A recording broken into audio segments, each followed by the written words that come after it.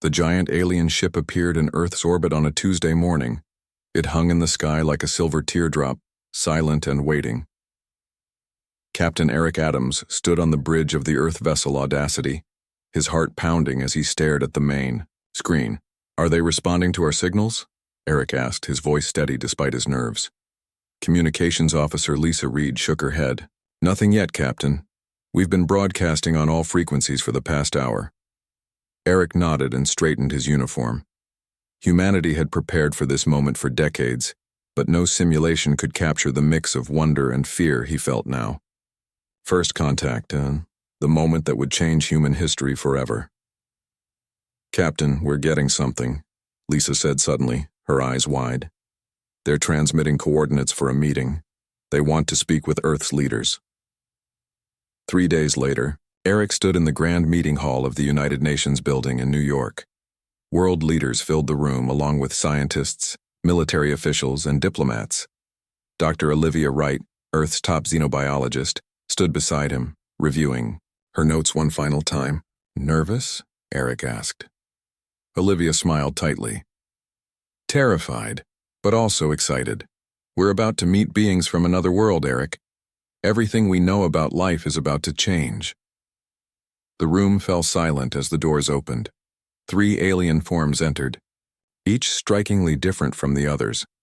The first was tall and graceful with purple skin that seemed to shimmer in the light. The second appeared to be made of living crystal, reflecting rainbow patterns across the walls. The third looked like a cloud of green gas contained within a transparent suit. "The representatives of the Galactic Confederation," announced the UN Secretary General. "High Emissary Zixor of the Veldari, Science Elder Krylos of the Thalos, and Grand Minister Voon of the Mithran." Emissary Zixor stepped forward, purple eyes, scanning the room. "People of Earth, we represent the United 17 species of the Galactic Confederation. We have observed your world for some time and determined you are ready for contact." The meeting lasted hours. The aliens explained that the Confederation controlled most of the known galaxy. They offered Earth membership, but on a probationary basis, humans would need to prove their worth. When the meeting ended, Eric found himself invited to a smaller gathering with the alien representatives. Admiral Frank Carter, head of Earth's Space Defense Force, stood nearby, his expression guarded. "Your ships are quite basic," Emissary Zixor said, examining a model of the Audacity. "They reflect your cautious approach to space exploration." "We prefer to call it thorough," Eric replied. "Safety protocols save lives." The crystal being, Krylos, made a sound like tinkling bells. "We have noticed humans spend excessive time testing and retesting systems. Most species reach further, faster. Most species also suffer catastrophic failures," Admiral Carter added. "We learn from our mistakes." Zixor's mouth twisted into what might have been a smile. "The Confederation has an unofficial name for humans, already. The cowardly species. Always checking, double-checking, preparing for problems that rarely happen." Eric felt his face grow warm, but Admiral Carter laughed. "I'd rather be called cautious than careless." Later that evening, Dr. Olivia Wright approached Eric and the Admiral in the empty conference room. Her face looked troubled. "I've been reviewing the data they shared about the Confederation," she said quietly. "There's something strange. They mention several star systems that have experienced what they call stellar destabilization in the past decade." "Natural phenomena?" Eric asked. Olivia shook her head. "The pattern isn't natural. Stars don't just become unstable in the specific way they describe. And notice how they gloss over what happened to the planets in those systems?" Admiral Carter's eyes narrowed. "You think there's a threat they're not telling us about?" "I can't be sure," Olivia said. "But I'd like permission to investigate further." "Do it quietly," the Admiral advised. "If there's something dangerous out there, we need to know, even if our new friends think we're being paranoid." Over the next month, Earth welcomed more alien visitors. Trade talks began, and cultural exchanges were established. But behind the scenes, Admiral Carter created a secret initiative called Project Watchman. Its purpose, to investigate the mysterious stellar events Olivia had noticed. 6 weeks after first contact, Eric visited Olivia's lab.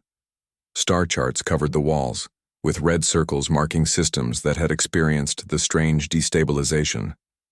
"Any progress?" he asked. Olivia pointed to the charts. "I've plotted all the affected systems. There's a pattern here, Eric. Whatever this is, it's moving through the galaxy in a deliberate way." "Have you shown this to the Confederation scientists?" "Tried," Olivia sighed. "Elder Krylos said I was misinterpreting the data, called it typical human overcaution." Eric frowned. "You don't seem convinced." "Because I'm not. Look at this." She pulled up an image of a star. "This is from our Deep Space Telescope array. It's a star at the edge of Confederation space showing early signs of the same destabilization pattern." Eric studied the image. "What does it mean?" "I don't know yet. But whatever is happening to these stars isn't random, and it's not natural. And the Confederation either doesn't see it or doesn't want to see it." That evening, Eric attended a diplomatic dinner with several Confederation representatives. The aliens discussed their advanced technology and long history with thinly veiled superiority. When Eric mentioned Olivia's concerns about the stellar phenomena, the reaction was immediate. "Your scientist misunderstands," Zixer said dismissively.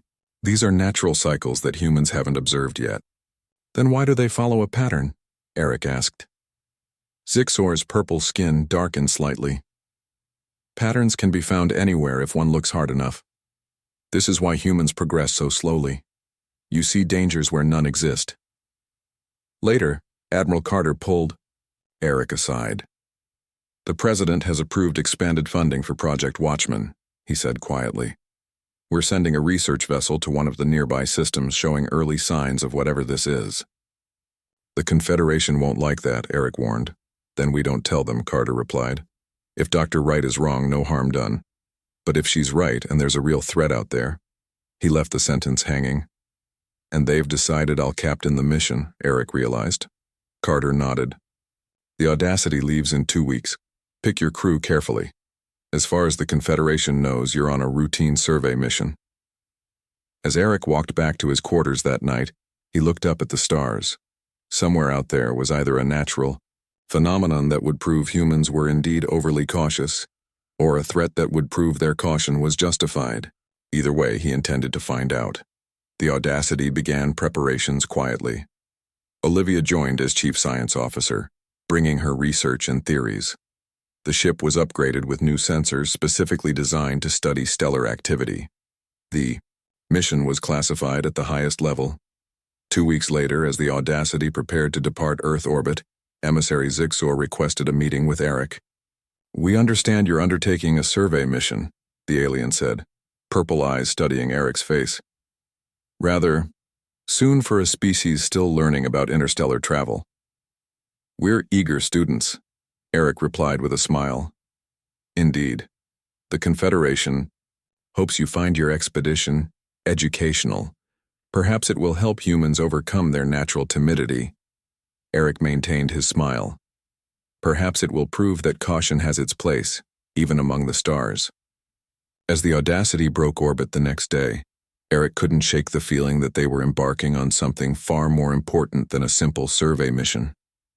If Olivia was right, they might be the first to confirm a threat that the mighty Confederation had missed or chosen to ignore. And if that was true, humanity's so-called cowardice might be exactly what the galaxy needed. 6 months had passed since first contact. Earth now had official diplomatic ties with the Galactic Confederation, but remained on probationary status. The humans were allowed limited access to Confederation technology and knowledge. Many alien species still viewed humans as backward and overly cautious. Lieutenant Nicole Baker stood at her workstation on the Joint Research Station Horizon, orbiting Jupiter. She was one of the few human scientists allowed to work alongside Confederation researchers. The tall, crystal-like Thalos scientist next to her made a tinkling sound of disapproval. "Your calculations are taking too long, Lieutenant Baker," the alien said. "A Thalos child could process this data in half the time." Nicole took a deep breath. "I prefer to be thorough, Elder Zylik." Thorough. The favorite word of humans. The crystal being shimmered with blue light, a sign of amusement. "It is why your species will always lag behind." Nicole said nothing and returned to her work. As an astrophysicist, she had been assigned to study data from star systems throughout the Confederation. Officially, she was learning about alien scientific methods. Unofficially, she was looking for patterns in the mysterious stellar destabilizations that Dr. Olivia Wright had identified months earlier. When the Thalos scientist left for the day, Nicole's superior, Commander Peter Mason, entered the lab. "Any progress?" he asked quietly. Nicole nodded and pulled up a series of star charts on her private screen. "I've been analyzing the energy readings from affected systems. Look at this." She pointed to a pattern of waves in the data. "These energy signatures appear in every system before destabilization begins. They're artificial, Commander." Mason's face grew serious. "You're sure?" "Positive. Natural stellar phenomena don't create repeating patterns like this. Something, or someone, is causing these stars to become unstable." "The Confederation scientists haven't noticed this?" Nicole shrugged. "If they have, they're not saying anything. They keep directing my research away from the affected systems, claiming they're routine anomalies not worth studying." Mason looked around to make sure they were alone. "Keep working on this, but keep it quiet. Admiral Carter needs solid evidence before he can bring this to the Confederation Council again." Back on Earth, Chief Engineer Gary Winters supervised the installation of new shield generators at the Lunar Defense Base. The technology was officially listed as protection against solar flares, but its true purpose was far more important. "Power output is at 98%, his assistant said. "That's well above the required levels for solar protection." Gary nodded with satisfaction. "Good. Now let's see if it can handle the simulated energy pattern." They ran a program that mimicked the unusual stellar output that Lieutenant Baker had identified. The shields flared briefly, then stabilized. "It works," Gary said with relief. "The modulation holds against the pattern." A tall, purple-skinned Veldari observer entered the control room, causing everyone to fall silent. "Impressive shielding technology," the alien said, examining the readings, "though quite excessive for mere solar flare protection." Gary smiled, politely. "We humans like to prepare for worst-case scenarios. Better safe than sorry, as we say." The Veldari made a dismissive gesture. "Yes, your species' famous abundance of caution. The Confederation War Council finds it most amusing that Earth spends so much energy protecting against threats that may never materialize."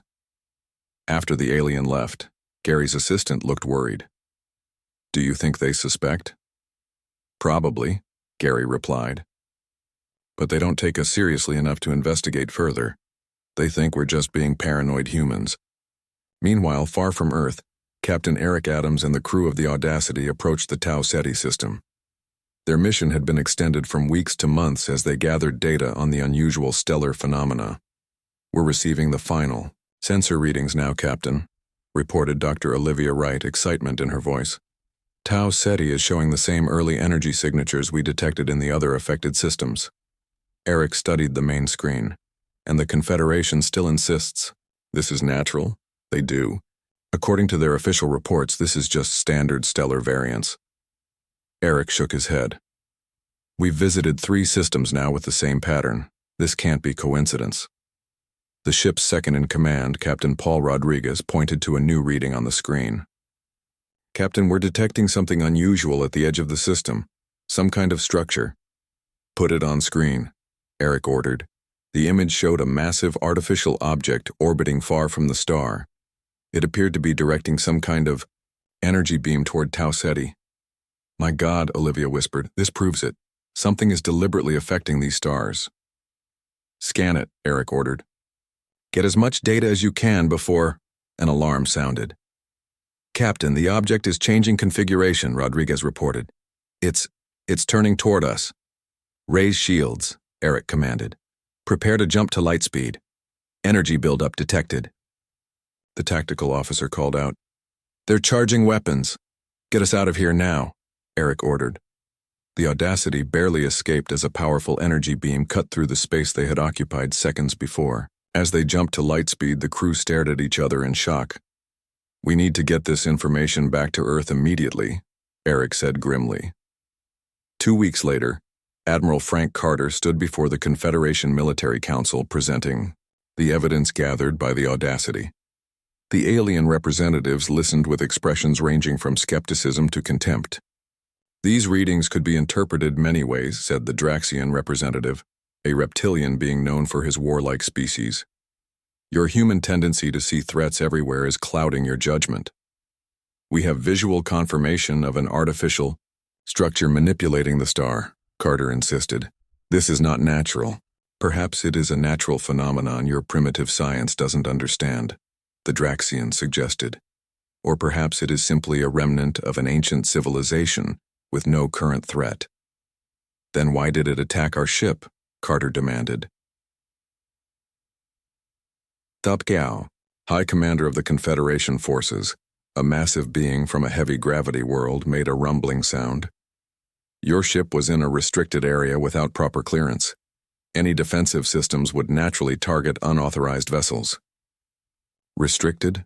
You never mentioned any restrictions in that system, Carter said. An oversight, the High Commander replied dismissively. In any case, one incident hardly justifies the panic you humans seem intent on spreading. After the meeting, Carter met with Earth's ambassador in a secure room. They're not going to help us, are they? The ambassador asked. Carter's face was grim. No, either they don't believe us or they don't want to believe us. Either way, Earth stands alone on this. What do we do now? We prepare, Carter said, firmly. Lieutenant Baker's research, the Audacity's findings, the shield technology Winters has developed, we use all of it. If something is threatening stars throughout the galaxy and the Confederation won't act, then humanity will. They'll call us paranoid, reckless, cowardly for hiding behind shields instead of facing the unknown. Carter's eyes were hard. Let them. I'd rather be mocked for caution than praised for foolishness. Something is out there deliberately destabilizing stars, and sooner or later, it will reach our sun. As he spoke, on the research station horizon, Lieutenant Baker made another discovery. Looking at the pattern of affected systems, she realized with horror that the phenomenon was spreading in a clear direction. Commander Mason, she said urgently. I know where they're going next. Mason looked at the star map, and his face paled. That's the Proxima Centauri system. It's home to the Alorans. Yes, Baker said, and based on the progression rate, they'll reach it within 3 years. And after that, Baker traced the pattern further with her finger, stopping at a familiar yellow star, Sol, she whispered, our sun. 3 years had passed since Earth joined the Galactic Confederation. In that time, humans had earned a reputation for being skilled engineers and careful planners, but the other species still viewed these traits as signs of weakness. Cowardly, humans remained a common phrase among Confederation members. Admiral Frank Carter stood by the window in his office, looking at the blue Earth below. His comm unit beeped, and the grim face of Captain Eric Adams appeared on the screen. Admiral, it's happening. Proxima Centauri is showing advanced signs of destabilization, Eric reported. Just as Lieutenant Baker predicted, Carter's jaw tightened. Any response from the Confederation yet? They've finally acknowledged the crisis, but they're only organizing evacuation efforts for the Alorans. No attempt to stop the process or confront whatever is causing it. Typical, Carter muttered. How long before the star reaches critical instability? Dr. Wright estimates 3 months. After that, the planet will be uninhabitable, and if the pattern follows what we've seen in other systems, the star will eventually collapse. Carter nodded. Return to Earth immediately. It's time to take this to the highest level. 2 weeks later, Dr. Olivia Wright stood before the full Confederation Council. Representatives from all 17 member species were present, including the Alorans, tall blue-skinned beings whose homeworld was now in danger. The evidence is clear, Olivia said, pointing to the data displayed on the large screen behind her. The stellar destabilization affecting Proxima Centauri is identical to what happened in 12 other systems over the past decade. It is artificial in nature. The council chamber erupted in murmurs. The Aloran representative rose, her face showing fear. What is causing this? Who would attack stars? Olivia took a deep breath. Based on our research, we believe it's a previously unknown species that harvest energy from stars, regardless of the consequences to inhabited planets. Preposterous, said Elder Krylos of the Thalos. No species would be so reckless. The evidence suggests otherwise, Olivia insisted. Captain Adams and the crew of the Audacity encountered one of their structures. It attacked them when they got too close. High Emissary Zixer of the Veldari leaned forward. If what you say is true, Doctor, what do you propose? We need to develop countermeasures. Earth has already created shield technology that might protect planets from the initial effects. But we need to confront these harvesters directly. The chamber fell silent. Then the Draxian representative, General Korg, laughed. His reptilian scales gleamed under the lights. Typical human response, he said. Born of fear, you wish to fight an enemy you don't understand. We understand enough to know they're a threat. Admiral Carter responded from his seat beside Olivia. Perhaps, Korg conceded, but the sensible approach is strategic withdrawal. The Confederation has many systems. We can relocate the affected populations. And keep retreating as more stars are attacked? Carter asked incredulously.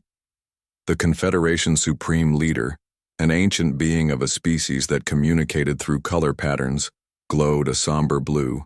We will fortify our central systems and monitor the situation. Evacuation of outlying colonies will begin immediately. Olivia and Carter exchanged frustrated glances. The meeting continued for hours, but the decision remained the same. Retreat, not resistance. Meanwhile, the Audacity was on another unauthorized mission.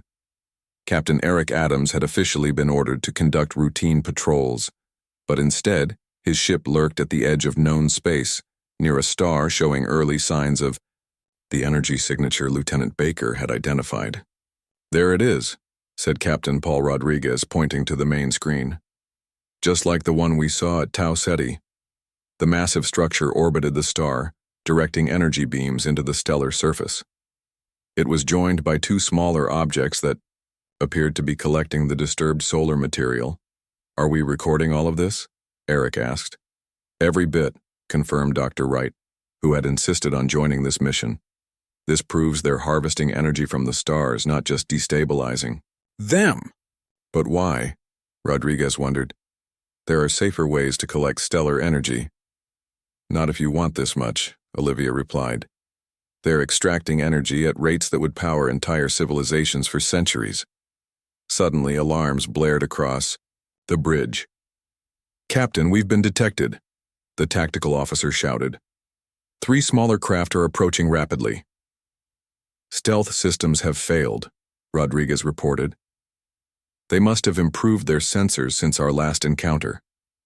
Eric made a quick decision. All power to engines and shields, get us out of here. The Audacity turned and accelerated away from the star, but the pursuing vessels were faster. A beam of energy struck the ship's shields, causing the entire vessel to shudder. Shields down to 60%, the tactical officer called out. Return, fire, Eric ordered. Target their propulsion systems.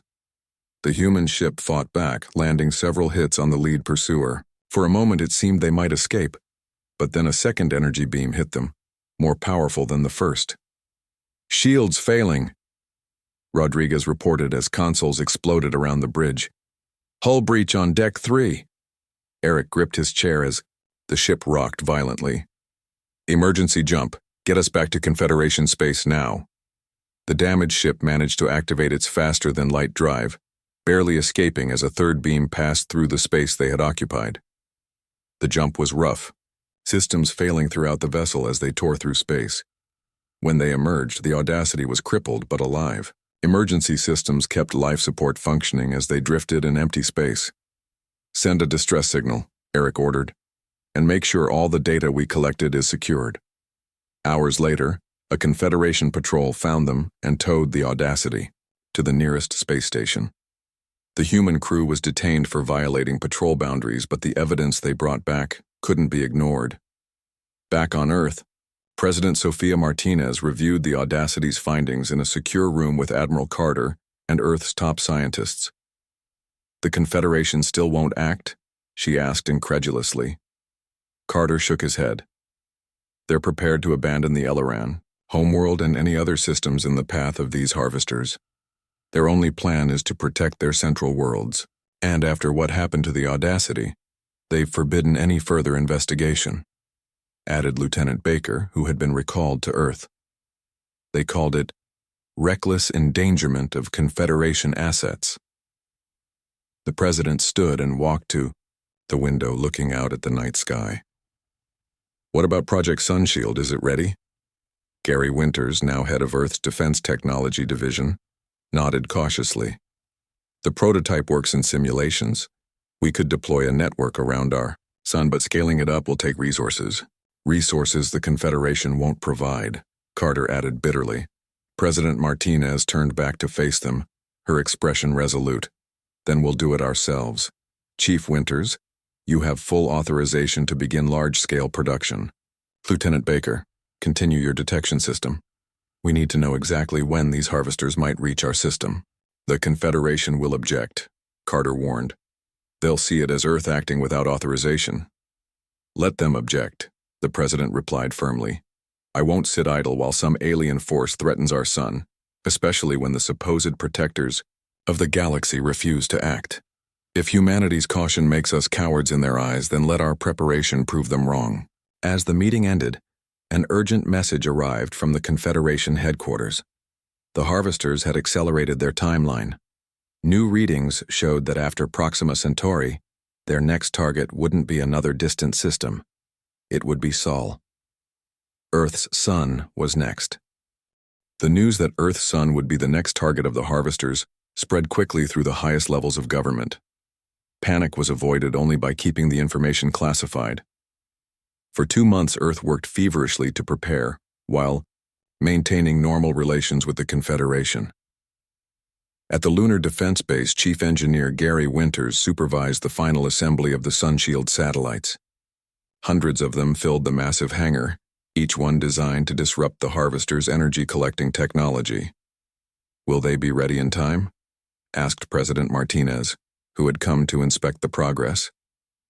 Gary wiped sweat from his forehead. We'll have enough to create a basic network in 3 weeks. Full coverage will take another month after that.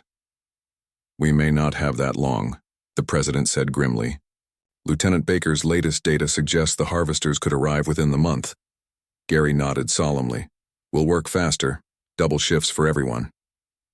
Meanwhile, in his office at Confederation headquarters, Admiral Frank Carter faced an angry delegation of alien officials. Earth is developing weapons without council approval, accused Emissary Zixor. This violates your probationary status. They're defensive systems, not weapons, Carter replied calmly. For protection against solar flares. Our intelligence suggests otherwise, said General Korg of the Draxians.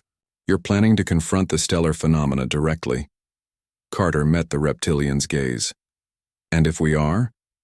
The Confederation has made it clear they won't protect outlying systems. Earth must look to its own defense. The Council has summoned Earth's leaders to explain these actions, Zixor said coldly. They await in the Great Chamber. Carter followed the aliens to the enormous council chamber where President Martinez already stood before the assembled representatives of 17 species. The mood was tense. People of Earth, began the Supreme Leader. You stand accused of developing unauthorized defensive and possibly offensive technology, of conducting illegal reconnaissance missions, and of acting against Confederation guidance. How do you respond? President Martinez stepped forward. We act to protect our homeworld from a threat the Confederation refuses to confront. Yes, we are deploying a shield network around our sun. Yes, we sent ships to gather intelligence on the harvesters. We will not apologize for trying to save our planet. Murmurs filled the chamber. Harvesters? Asked the Aloran representative, whose people were now refugees from their dying star system. Is that what you call them? It's what they are, Martinez replied. They harvest energy from stars until the stars die, regardless of the cost to living beings. Speculation, scoffed Elder Krylos, based on limited data. The data is sufficient, Martinez insisted. And while the Confederation debates, Earth acts. We invite any species who wishes to join our effort. The chamber erupted in angry shouts. The Supreme Leader glowed an angry red, silencing the room. This is unacceptable, the Ancient Being communicated. Earth cannot be permitted to act independently in matters affecting galactic security. The meeting continued for hours, with accusations flying and tempers rising. It ended abruptly when an aide rushed in with urgent news. Supreme Leader, the aide announced, sensors detect harvester vessels approaching the Sol system. Silence fell over the chamber. President Martinez looked at Admiral Carter, her face pale but determined. How long? She asked. Hours, not days, the aide replied. The Supreme Leader's colors shifted rapidly. This emergency session will reconvene after... There's no time, Martinez interrupted. Earth must act now. Admiral Carter, implement Project Sunshield immediately. Carter nodded and activated his communication device, ignoring the protests of the Council. This is Admiral Carter. Authorization code Phoenix. Deploy all available. Sunshield units now. Prepare the fleet for possible engagement. The Supreme Leader glowed with outrage. You cannot give military orders from this chamber. Earth forces are under Confederation command during this crisis. With all due respect, Martinez replied, you've made it clear you won't defend our system. The Confederation's plan is to evacuate Earth and add us to your growing list of abandoned worlds. The Aloran representative stood suddenly. Is this true? Was my homeworld abandoned when it could have been saved? The chamber fell silent again. The Supreme Leader's colors dimmed. The Confederation's resources must be preserved for the greater good. The leader finally communicated. Some sacrifices are regrettable but necessary. President Martinez turned to address the entire council. Earth refuses to be sacrificed. We will fight. Any species who wishes to stand with us is welcome. She and Carter left the chamber, ignoring the chaos that erupted behind them. As they hurried to their ship, Carter's device beeped with new information. The first wave of Sunshield satellites is in position, he reported. Winters says they're operational but untested at this scale. It will have to be enough, Martinez replied. What about our fleet? Captain Adams has the Audacity and 5 other ships positioned near Jupiter.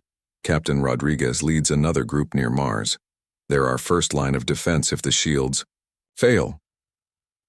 Back on Earth, Lieutenant Nicole Baker monitored the approaching harvester vessels from her station at Mission Control. The main screen showed a dozen large objects entering the outer solar system. They're decelerating, she reported over the communication link to all stations, taking up positions around the sun just like the patterns we observed in other systems. Gary Winters stood beside her, watching anxiously as the satellites they had built aligned themselves in a complex network around the sun. Shield network is online, he announced. Power levels stable. Now we wait. In space, aboard the Audacity, Captain Eric Adams watched the harvester vessels with a mixture of fear and determination. They were massive, far larger than any Confederation ship with strange appendages that looked like giant solar collectors. All ships maintain position, he ordered. Do not engage unless ordered. Dr. Olivia Wright stood on the bridge beside him. They're deploying something, she said, pointing to the screen. Energy readings are spiking. The lead harvester vessel extended a long, spindly apparatus toward the sun. A beam of intense energy shot from it, reaching for the solar surface. This is it, Eric said quietly. Let's see if our shields work. The beam struck an invisible barrier where the first line of Sunshield satellites was positioned. For a moment, nothing happened. Then, suddenly, the beam scattered, deflected away from the sun. It's working, Olivia exclaimed. The disruption. Field is holding. The harvester vessels adjusted position, firing more beams at different angles. Each time the shield network deflected them. But on the 5th attempt, a beam found a gap in the coverage. It reached the sun, beginning the destabilization process. Shield failure in Sector 7, reported Lieutenant Baker from Earth. Harvester. Energy is affecting the solar surface. Deploy the reserve satellites to that sector, Gary ordered. Reroute power to strengthen the field. For agonizing minutes, Earth watched as their sun began to show the first signs of the deadly destabilization.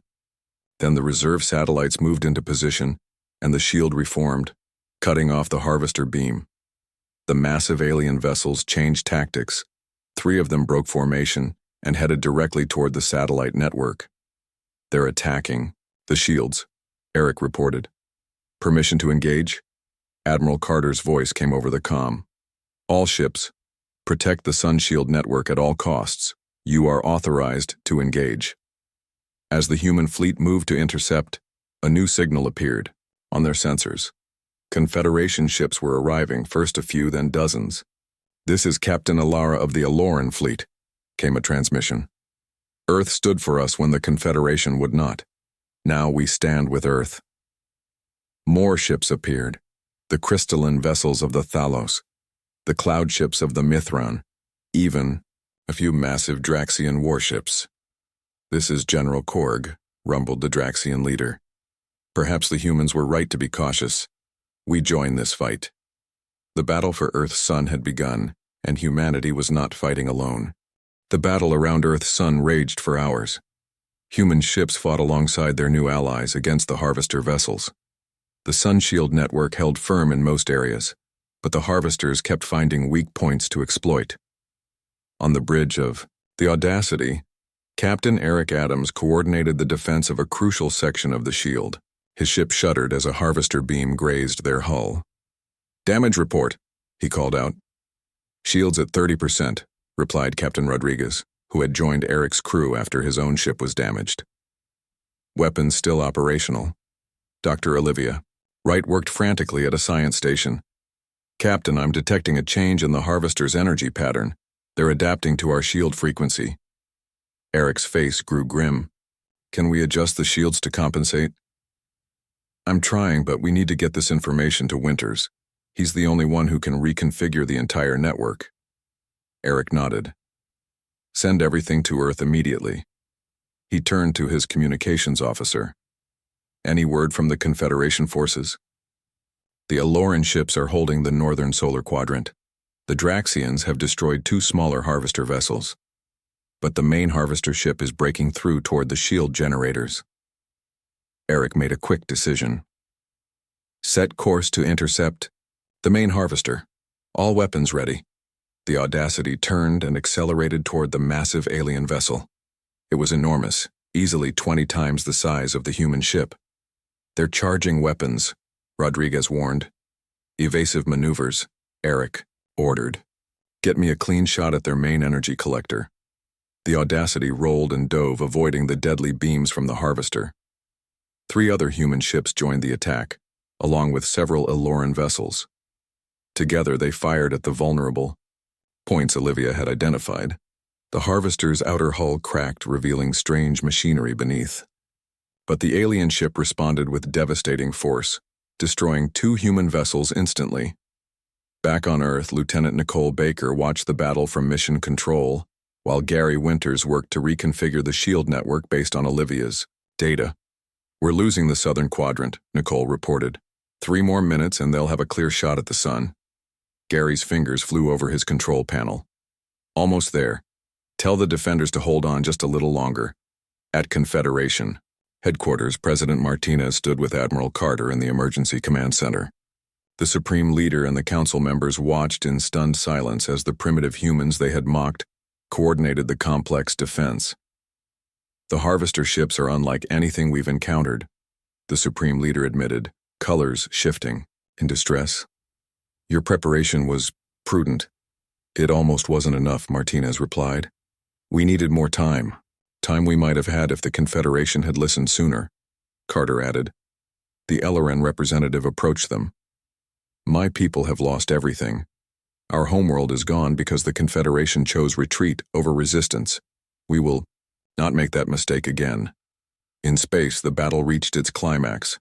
The main harvester vessel broke through the defensive line, heading straight for Earth's sun. The Audacity and a dozen allied ships pursued, but they were too damaged to catch up. "We can't stop it," Eric said in frustration. "It's going to reach the sun." Olivia looked up from her console, eyes wide. "What if we don't need to stop it? What if we let it start its harvesting process? That's what we're trying to prevent, Rodriguez protested. Yes, but listen, Winters has reconfigured the shield network. If we let the harvester begin its energy beam, then activate the new shield configuration at exactly the right moment. Eric caught on immediately. We could reflect the energy back at the harvester itself. Exactly. The shield won't stop the beam. It will redirect it. Eric opened a channel to Earth. Winters, did you get that? Already working on it, Gary responded. Timing will be critical. I need all ships to clear the area between the harvester and the sun. Orders went out to all defending vessels. They pulled back, allowing the harvester to approach the sun unopposed. The massive alien ship extended its energy collector, preparing to begin the destabilization process. All ships clear, Eric reported. The harvester is initiating its beam. On Earth, Gary watched the energy readings climb. Wait for it, he murmured. Wait, now! He activated the reconfigured shield. For a heart-stopping moment, nothing happened. Then the harvester's energy beam struck the shield and bounced back, hitting the alien vessel with its own concentrated power. The effect was immediate and catastrophic. The harvester ship convulsed as its systems overloaded. Secondary explosions rippled across its surface. The remaining harvester vessels broke off their attack, moving to assist their stricken flagship. It's working, Nicole exclaimed. The harvesters are retreating. The damaged alien ships began to withdraw from the solar system, pursued by Confederation warships. The main harvester, crippled by its own reflected energy, drifted helplessly. All ships. Admiral Carter's voice came over the comm. Secure the disabled harvester vessel. Prepare boarding parties. Hours later, scientists from Earth and the Confederation examined the captured harvester ship. They discovered that the aliens inside were not organic but artificial, a machine race that had evolved to consume stellar energy without concern for biological life. 1 week after the battle, the Confederation Council convened a special session. The Supreme Leader's colors glowed with solemn blue and gold as Earth's representatives entered. The Confederation owes a debt to humanity, the leader communicated. Your caution, which we mistook for cowardice, saved not only your world but potentially all worlds. President Martinez stepped forward. We didn't act alone in the end. Many species stood with us when it mattered most. True, the leader acknowledged. But it was Earth that prepared when others did not. Earth that developed the shields that turned the tide. Earth that showed us all that sometimes caution is the better part of valor. General Korg of the Draxians rose. I move that Earth's probationary status be ended immediately, and that humans be granted a permanent seat on the High Council. The motion passed unanimously. 6 months later, Captain Eric Adams stood on the bridge of a new ship, the Vindication. It was larger than the Audacity, built with a combination of human and Confederation technology. His crew included officers from several species, including a young Veldari who served as his first officer. Course set for the Arcturus system, Captain, the Veldari officer reported. Sunshield deployment vessels are ready. Eric nodded. Proceed, Commander. Let's make sure no more worlds face what Earth and Elora did. The Veldari hesitated, then added, I must admit, Captain, my people were wrong about humans. What we mistook for cowardice was simply the wisdom to prepare for the worst while hoping for the best. Eric smiled. A quality we're happy to share with our allies. As the Vindication accelerated to faster than light speed, carrying shield technology to protect another star system, humanity had found its place among the stars, not as conquerors or followers, but as those willing to take action when others would not.